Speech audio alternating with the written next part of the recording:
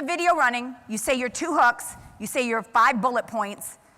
Mine's usually a minute and a half or 2 minutes, and edit it into a 15 to 30 second video.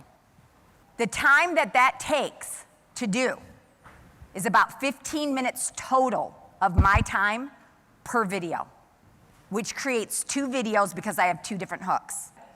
So when I'm doing a video, it takes me 15 minutes average to create the content, the bullet points, and the 2 hooks, and the recording, okay? So it's 15 minutes total per video is what it takes.